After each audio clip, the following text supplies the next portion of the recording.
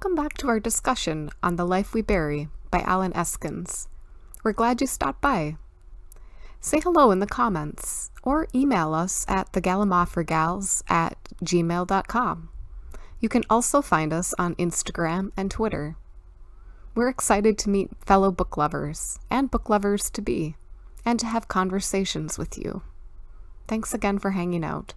We hope you're amused and inspired. Chapter 38. Ooh, we have a page number on this one, which probably isn't true on mine, but you wrote the question, so it should be. Oh yeah, okay, cool. I can't tell. I can't tell who wrote these, so and I don't remember my questions anymore because it's been so long. What do you think about DJ's father torching his own house to protect his son? Was this believable to you? And those questions don't have to be similar. Like we can take them separately, completely separately.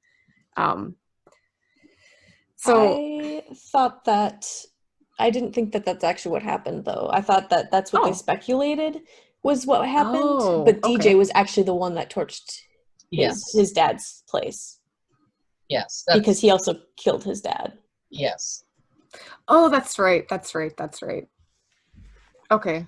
Well, so forget yes, that it was question. believable to me. But yes, at that moment, that is I believe that that's actually where they were speculating that. Right. Oh, that could be. I did see it as potentially probable just because of the fact of how much they made us believe that DJ's dad had already done to protect him. Mm-hmm. So it was, to me, it was believable in that sense, just because of the fact that he's like, well, they've gone this far already. So wait, at that point, did we think it was the dad? I think so. I think so. Yeah. So it seemed believable. I think it seemed believable to me at the time. And then when we realized it wasn't the dad, then it was like, oh man, then the son. The dad didn't run off and hide. It was like the son that torched the house and killed the dad. So, but the dad did go crazy. He went batshit crazy. Yes. Why did he go crazy? Because he knew it was that Joe had found out that DJ was the one. Well, he found, or not Carl, but that Joe had found out that he thought DJ's dad had killed. He had DNA evidence that implicated either the father or DJ in the murder. Yeah, I think but the dad was crazy in the beginning because he went out to see the dad and he's all like, right, get off my lawn, guy. Right, and then he pursued him. He threw him in the trunk and was going to drive him off to drown him. I mean, because he did not want the police to know what he had found out. Mm-hmm. Yeah, and I think he also was trying to cover his tracks, not his tracks, but his son's tracks too. Exactly. Oh shit, my son did this again. Or my son they're reopening. Someone is interested in this case again. I got to make sure that anyone who looks into this and comes to see me, they're eventually going to try and figure things out. It's been years, but right. I'm sure he was just he had one of those moments oh fuck, I gotta fix this, again. Yeah. Yeah, that's just so crazy. And the fact that there are people out there willing to do that kind of stuff just to keep their dirt covered. It's just Yeah.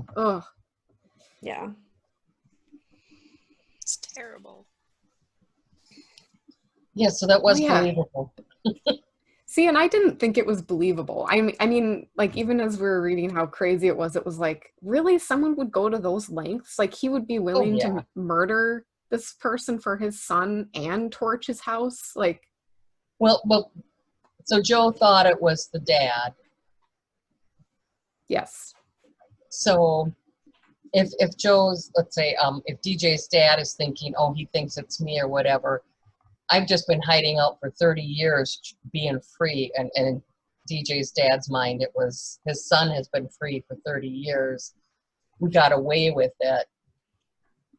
I could see people going, yeah, nope, I'd burn my house down, get rid of any DNA evidence to connect me with the crime or my son with the crime.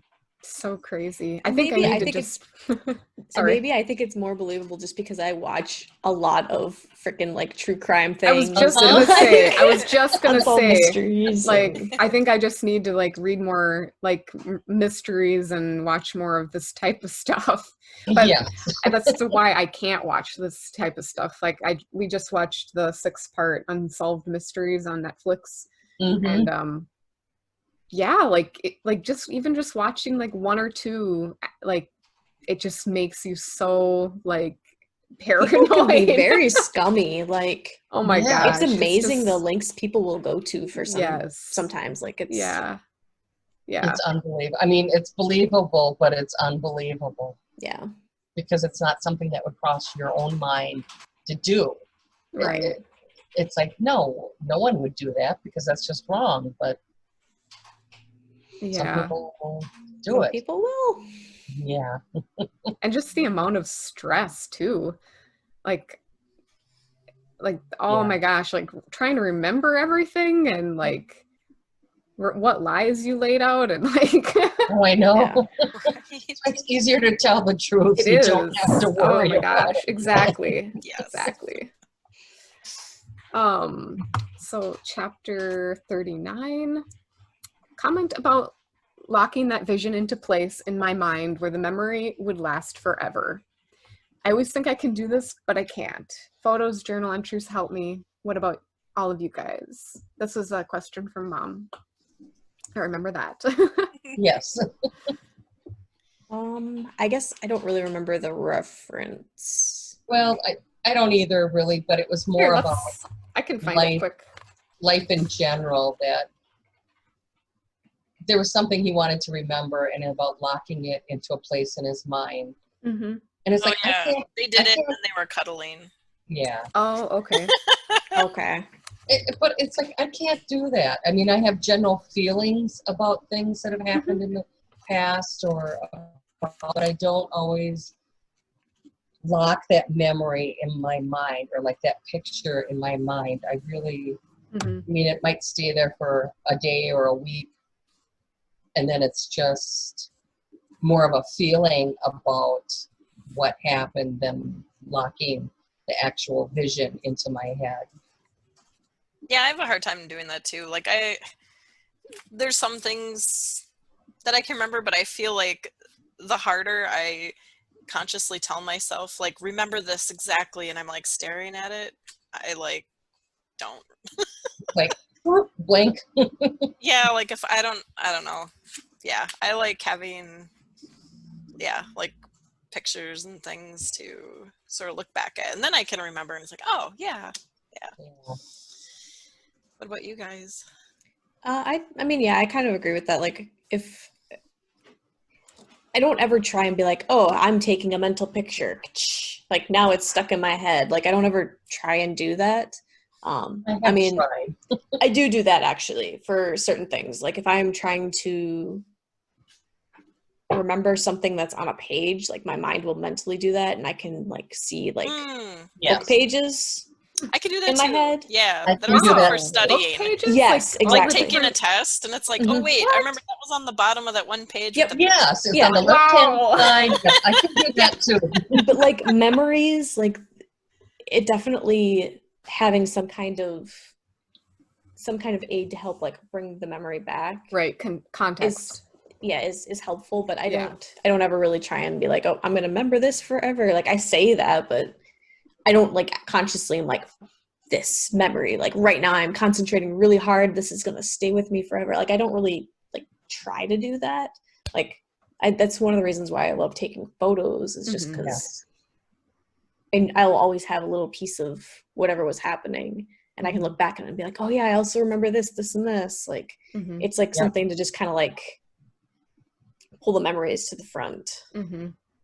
Yeah, I definitely feel like context, like going to a place or looking at something, I can typically pull a variety of memories from. But yeah, like just like if someone were to just like ask me, oh, what is your favorite memory, or what is your favorite memory of an apple tree? It'd be like, okay, like this isn't gonna work. Yeah, that's so hard. Like I need to actually like go to these different places and like remember what, you know, yeah. So like for sure, like for me, it's like I need to either be at a certain like the place where I had the memory to like have all the memories return, or yeah, like an object. I can pretty much anything I'm looking at, I can pretty much pull a memory from. Mm-hmm. Yeah. There's a couple times where, like, speaking of apple tree, it was just on the forefront because you did this, Miranda, and I was like, well, actually, recently I did that, like, on a bike ride. Coming back home, there was like a beautiful like sunset, and like it was just like the most vibrant colors, and like the apple tree was there, and like the railroad, and I was like, I'm gonna take this picture, and like it is still in my mind, but how long it'll be there is another question. Music also helps with that sometimes. Oh yes, for sure. Oh yeah. Yep. That's cool. Mm-hmm. That's cool though that you guys can like remember book pages and. Like, I thought everyone could do that. I mean, I could to an extent. I think I was better at it when it was like in school and super useful in school. Yeah, super useful, and like okay, I do kind of remember that, but like it wasn't that strong.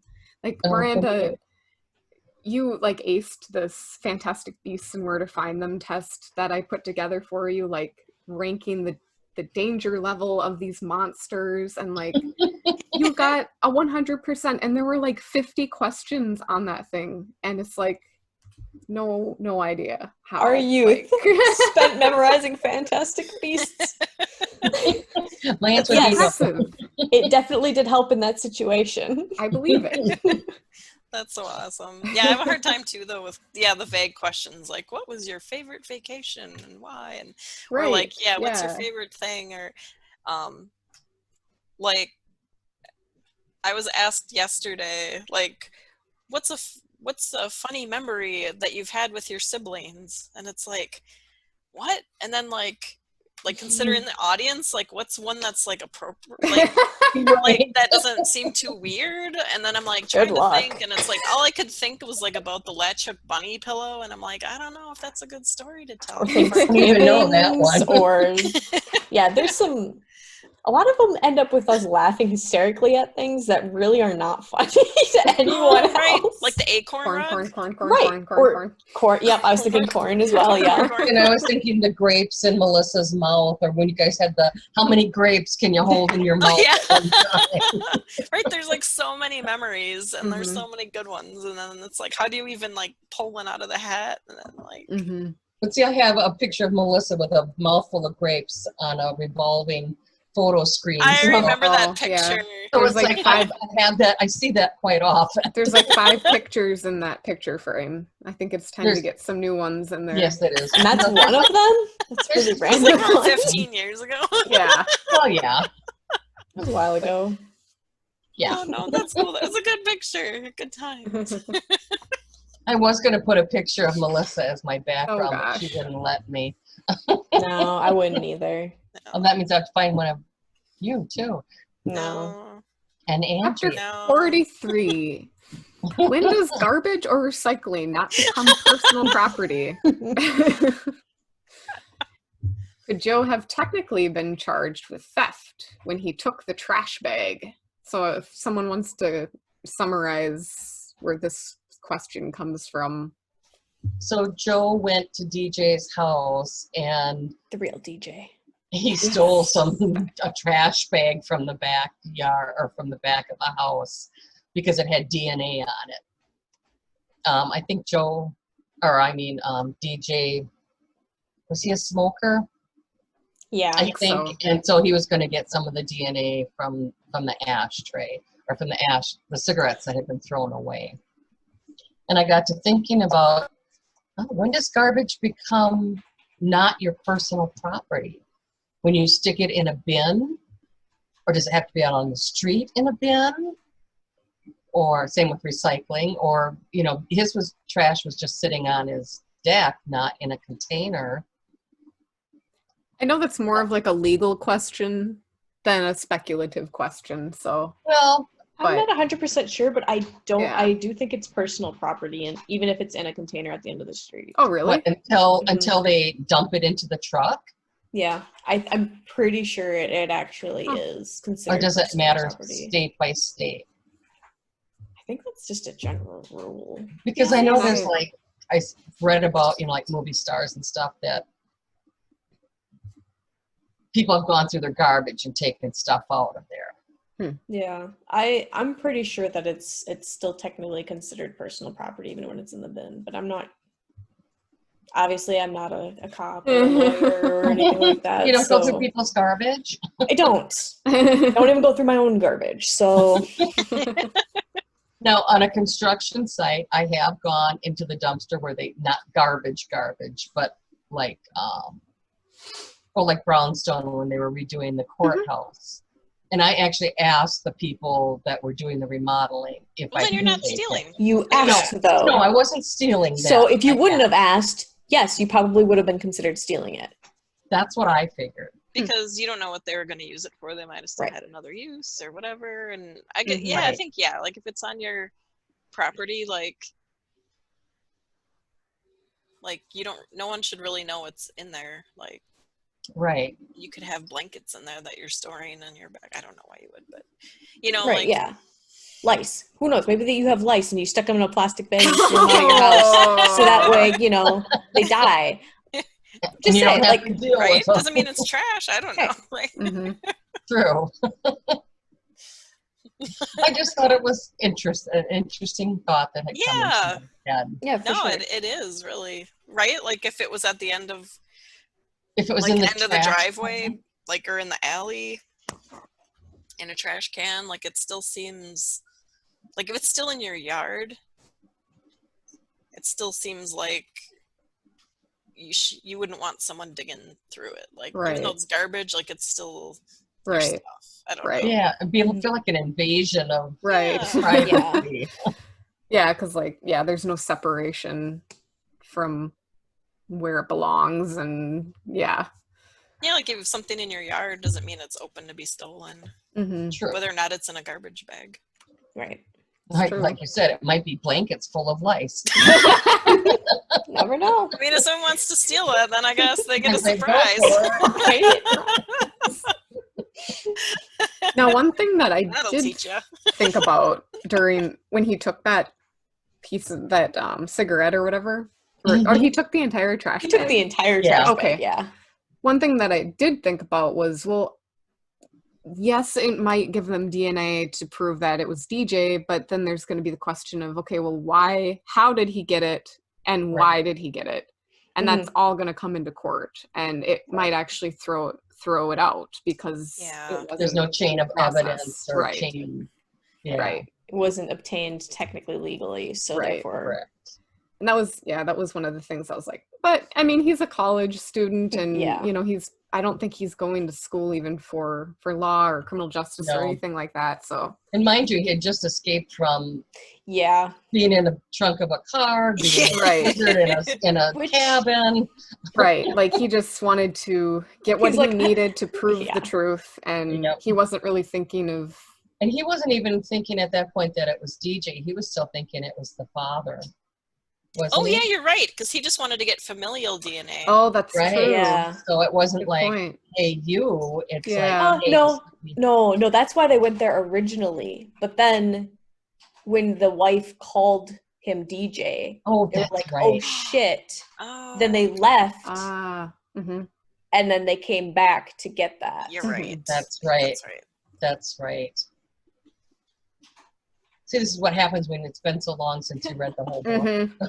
But there's 4 of us, so we can. Yes, it does help. We each remember a little bit here. Yes. Yeah. And what side of the page was that on? And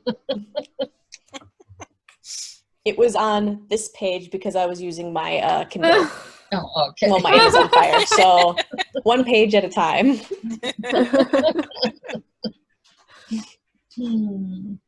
Do you think that Joe made the right decision to have Jeremy come stay with him permanently? Do you think do you think he would have if Lila hadn't suggested what he already knew, that Jeremy would/should be his responsibility, knowing that what their mother is like? If Lila hadn't suggested what he already knew. Yeah. So for context, his mom is an alcoholic, and she is currently, well, in the story, she's currently dating someone who ended up abusing Jeremy, and they tend to leave Jeremy to his own devices when they go out to the casino.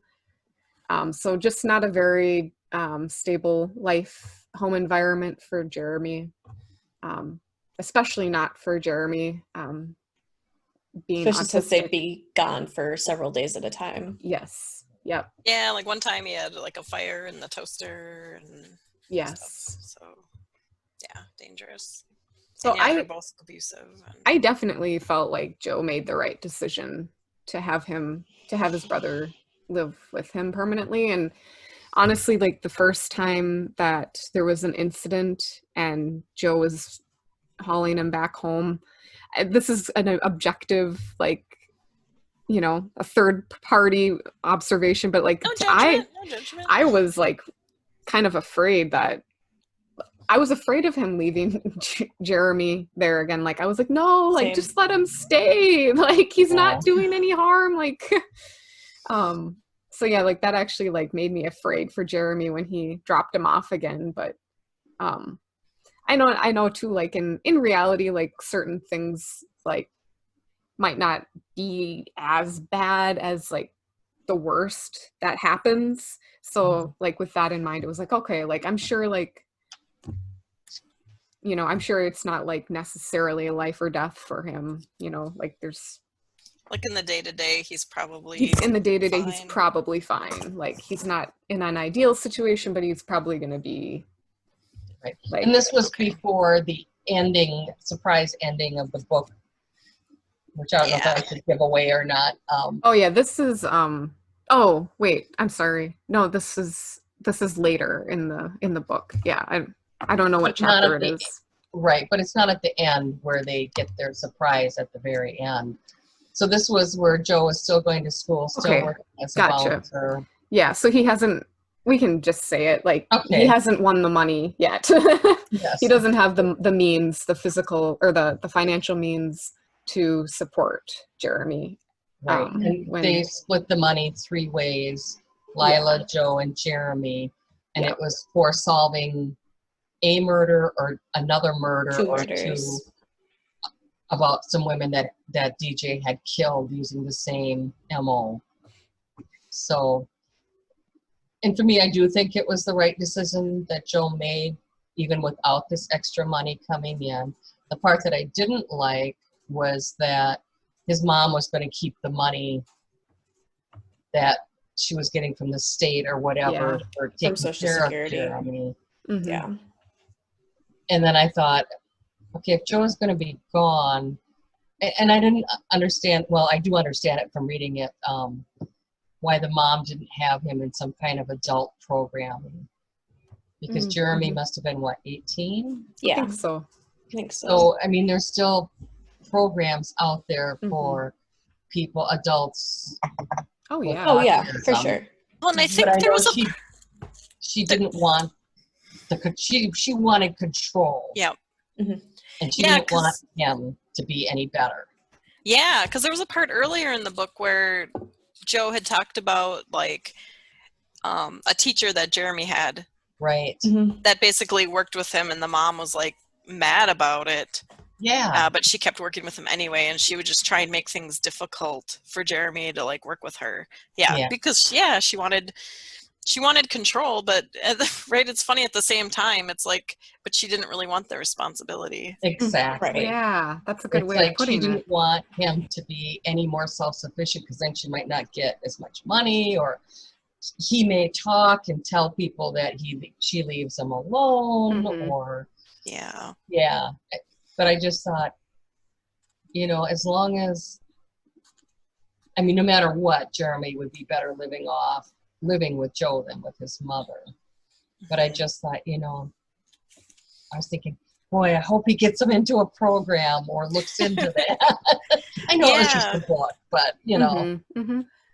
Yeah, like just playing devil's advocate, like, you know, he knew that he didn't want to leave Jeremy there, you know, and it like broke his heart to leave him there. But then I can see, like, at the same time, understand a little bit his selfishness of the moment. Like, oh my God, I'm trying to go to college. I'm trying to get away from my mom. I'm trying to get away from this town. Like, I want to better myself. And like, these are the hard choices I have to make to take that step, even though they're not ideal. But right, I think if he felt like if Jeremy was in a life and death situation, then he wouldn't. But right, that's why he took him with him, right? You know. But then like bringing him back was hard. But right, I still feel like it was like sort of that like, okay, this isn't the right decision, but I don't have the means. Right, like there's like no she's good not the reason. ideal, but she has slightly more means to take care of him at the time. But well, that's the thing too, is like if you think about it, like he only has a single bedroom apartment. Like he said even earlier in the book they mentioned about his financial situation. Like he's working part-time as a bouncer at a bar. Like he barely has the money to make his, you know, payments on stuff, like having another mouth to feed and then any other extra stuff that Jeremy would need. Like the good thing is he likes watching the Pirates of the Caribbean over and over and over again. So that's a double-edged sword. Wouldn't have to buy new movies all the time for him, at least. No, as a mom or as a person who has to be around someone that watches the same movies over and over again. But they're good movies. They're classics. They're classics. Good taste. So crazy. You can tell who in this situation is the one that used to watch movies over and over again. Miranda. Melissa. And Miranda, Little Mermaid. Yes. Do you know how many times I had to watch that movie? Oh my God, you'd watch it and rewind it and watch it again. What was Melissa with Back to the Future? And Princess Bride. And Princess Bride. So you actually and Josh had Care Bears and Homeward Bound. We had to hide from him. Maybe it's just something that people do. I think so. I think it's a comfort. And I guess since Jeremy just never grew out of it. Yeah. And that's why parents hide the movies and go, I don't know what happened to it. Hey, and we didn't have a VCR when I was a single child, when I was an only child. Yes, they didn't come out when they had that. I mean, they weren't out when you were a single child. Nope, so I didn't get to watch over and over and over. What did you do? I don't know. What did I do? You had to watch different things. TV channels. You sewed. Maybe that's when you started sewing your Barbie doll clothes. Oh, crocheting my Barbie clothes. Yeah, that could have been there. Yeah. She read a lot of books too. Yeah, I did read a lot of books. Yeah. We did get an Atari before VCR, so I did that. Yes, we also had Pong too on the tabletop thing. No one was allowed to touch that. I know. That sounds about right. It's a big table thing? Yeah. Yeah. Oh, I didn't realize that was like, I thought Dad had purchased that later in life. I didn't know that it was I didn't know that because we did play it. We did play it. Oh, did you? Yeah. I remember playing it like once or twice, and then it was like, nope, cover it up. Because it wasn't like... It was covered up quite often. It did. Yes. And it didn't play perfectly, but it still worked. And there were quarters in there that are probably as old as the machine, at least. Probably. Yeah, that's so interesting. Late 70s, it was, yep. Yeah. Anyway, off topic. Yeah. But yeah, I feel like if Joe didn't have as good a relationship with his brother, it would have been harder for him for sure to make that decision. Yeah, that's true. They were really close. They were really close. So he already had the intrinsic reward of being with his brother. Yeah. So I feel like if it had just been a financial thing and, you know, just the right thing to do, like it would have been harder for him to have conceded to doing it. Right. Yeah. And yeah, even when he went to college, it said in the beginning part that he did feel bad about leaving Jeremy. Right, right. You know, that was one of the things that was hard for him, but he was trying to better himself, and I think eventually would have taken Jeremy anyway. I think so too. Yeah. That, or I mean, even if he couldn't bring Jeremy home with him, I think he would have at least found somewhere for him to go. Yes. Yeah. So, like, depending on like how things, like if he wouldn't have gotten the money at the end, I think he still would have ended up probably taking him in to live with him. But I think at the same time, after a while, that would have been really hard on him. Emotionally. Financially even. Yeah. Like, yeah, he's like, oh, well, I guess I'll have to, you know, give up on school and get a job. Well, He that doesn't necessarily mean that everything will just be fine if you Mm-hmm. get a job that's full-time or whatever. Like, true. Mm-hmm. But he was willing to make that sacrifice of giving up school. Yeah. Ultimately, he was. Matters, I don't think. But what was he going to school for? I can't remember. Business. Business. I think he said journalism at one point. He hadn't decided on a major. I was going to say, because it did seem like, yeah, he should definitely go into journalism or police work or something. Yeah, no, because I read the beginning chapters over again. Mm-hmm. And when he was talking to Lila, he said he hadn't made a decision on a major, but he was thinking about journalism. Mm. Well, I think this would have confirmed his decision. Yes. Thanks so much for hanging out with us. We hope you've been amused by our antics, inspired to read, and maybe even feel encouraged to find or create your own book club. At 100 subscribers, we are doing a book giveaway. At 200 subscribers, for our 5th round reading, we will randomly pick from your book suggestions. So we encourage you to share our channel with other book lovers and book lovers to be. Did you have a favorite movie or show that you watched over and over as a child? If so, what was it? And why do you think it captivated you? If you didn't have a movie or show, what were some activities as a child that stand out in your memory? What was special about the memory? Share your thoughts. Join the discussion in the comments below. And also, remember to check us out on Instagram and Twitter. We'll see you next week for part 4 of our discussion on The Life We Bury. Happy reading.